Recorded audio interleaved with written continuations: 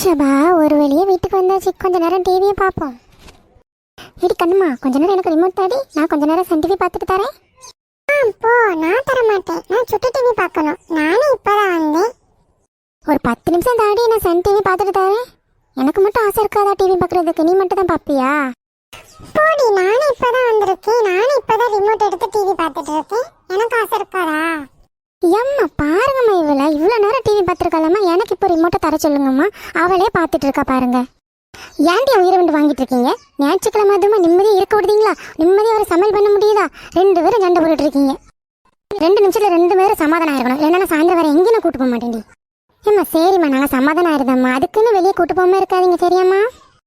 ஆமாம்மா, நாங்கள் 2 பேரும் சமாதானம் ஆயிருந்தோம்மா. நீ கூட்டு போயிருமா? சரி சமாதானம் சரிதான்.